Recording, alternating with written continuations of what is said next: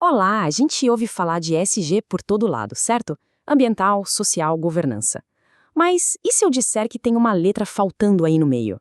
Uma letra silenciosa, mas que é a chave para fazer tudo isso funcionar de verdade. Vamos descobrir qual é. Pois é, a ideia central da nossa conversa de hoje é essa aqui. É uma afirmação forte, eu sei. ESG só é ESG se houver uma excelente mediação. Parece ousado, né? Mas pensem bem, sem um diálogo bem feito, sem uma ponte que conecte todo mundo, as melhores intenções do ESG acabam, muitas vezes, ficando só no papel. Bom, nosso caminho hoje vai ser bem direto. Primeiro, a gente vai entender por que o ESG às vezes não conecta. Depois, vamos apresentar o M de mediação como a solução, ver como isso funciona na prática e quais os cuidados a tomar. E no final, a gente fala sobre como construir essa ponte para o sucesso. Então, vamos lá para a primeira parte, a desconexão do ESG. Porque, sabe, não é por falta de boas intenções que as coisas às vezes não andam. Quem nunca viu isso acontecer, né? Um projeto de sustentabilidade incrível, com tudo para dar certo, mas que simplesmente não sai do lugar. Por quê? Conflitos de interesse. Um departamento quer uma coisa, a comunidade quer outra, um stakeholder quer uma terceira, e aí, pronto, acontece a tal da desconexão.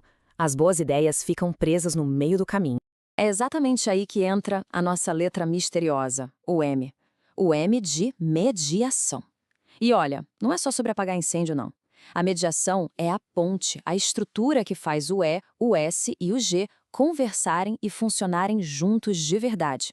E o que é essa tal de mediação, afinal? Pensa nela como uma ponte segura, um lugar onde dá para conectar pessoas, processos e até a natureza. É basicamente um diálogo estruturado, sabe? Um espaço para todo mundo sentar, conversar e encontrar um caminho em comum para construir acordos que realmente durem. E para isso não ficar só na teoria, a mediação tem o kit de ferramentas bem prático. Vamos dar uma espiada em 3 delas, que são a base de tudo: escuta ativa, matriz de interesses e o acordo mínimo viável. A primeira ferramenta, escuta ativa. Isso aqui parece básico, mas é revolucionário. Escutar ativamente não é só ficar quieto esperando a sua vez de falar. É ouvir de verdade. É tentar entender o que está por trás das palavras. Quais são as reais necessidades e preocupações ali. Depois vem a matriz de interesses. Essa aqui é para a gente ir mais a fundo. Sabe quando a pessoa fala, eu quero isso? Essa é a posição dela. A matriz ajuda a gente a perguntar, tá, mas por que isso é importante? Esse porquê é o interesse. E é aí, nos interesses, que a gente geralmente encontra um ponto em comum. E a terceira ferramenta é o acordo mínimo viável. A ideia aqui é simples, não precisa resolver o problema do mundo de uma vez só. Qual é o menor passinho, a coisa mais simples que todo mundo consegue concordar em fazer agora? Esse pequeno passo já gera um impulso, cria confiança e mostra que sim, é possível avançar. E essas ferramentas não são usadas de qualquer jeito. Elas se encaixam num processo bem definido de 5 passos. A gente prepara, depois abre o diálogo, explora os interesses de cada um, gera opções e, finalmente, finaliza o acordo. É um mapa para garantir que a conversa chegue a algum lugar. E o legal é que o retorno disso aparece rápido e continua crescendo.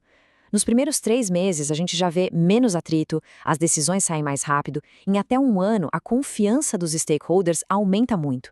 E olhando para frente, de 1 a 5 anos, o que se tem são parcerias muito mais fortes e resultados que são, de fato, sustentáveis.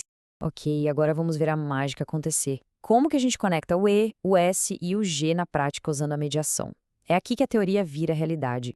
Primeiro, o E de ambiental. Bem, esse é fácil, né?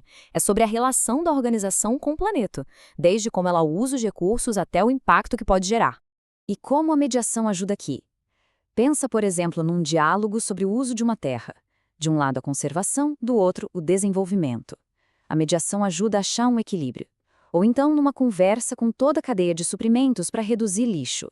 É esse diálogo que cria uma responsabilidade que é de todo mundo.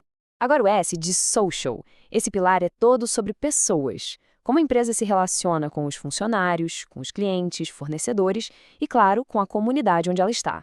E na prática, a mediação pode resolver aquele conflito interno sobre uma nova política da empresa, o que melhora o clima e até ajuda a reter talentos. Ou, algo super importante, mediar uma conversa com a comunidade sobre o impacto de um novo projeto. Isso constrói uma confiança que é fundamental. Por último, mas não menos importante, o G de governança. Basicamente, são as regras do jogo dentro da empresa. Como as decisões são tomadas, qual o nível de transparência, como a liderança presta contas, tudo isso. E aqui, a mediação é poderosa. Imagina facilitar uma discussão do conselho sobre uma decisão estratégica super complexa para todo mundo sair alinhado, ou mediar um debate sobre privacidade de dados com os próprios usuários. Isso aumenta a transparência e a confiança de uma forma incrível. Tudo bem, parece ótimo, mas a gente sabe que nem tudo são flores. Existem riscos nesse caminho e é super importante ficar de olho neles. Aqui estão os 5 perigos mais comuns. Primeiro, se a liderança não comprar a ideia de verdade, não vai funcionar. Outro erro é achar que a mediação é um remedinho mágico e não um processo contínuo. Também é crucial ter uma facilitação neutra. Ignorar que uma parte tem mais poder que a outra é um erro grave. E, por fim, se a confidencialidade for quebrada, aí a confiança vai embora e o processo todo desmorona. Ficar de olho nisso já é meio caminho andado. Ok, a gente já entendeu o problema, a solução e até os perigos no caminho. E agora? Como é que a gente começa a construir essa ponte? Olha, o ponto-chave é exatamente este. A mediação tira o ESG daquele papel de um simples checklist, de um relatório que fica na gaveta, e o transforma em algo vivo, uma prática dinâmica, colaborativa, que cria um impacto de verdade. Então, para fechar, fica a reflexão. Qual é a ponte que precisa ser construída onde quer que estejamos, seja na nossa empresa ou na nossa comunidade? O mais importante é lembrar que o primeiro passo para qualquer mudança real e sustentável é sempre o diálogo. É começar a conversa.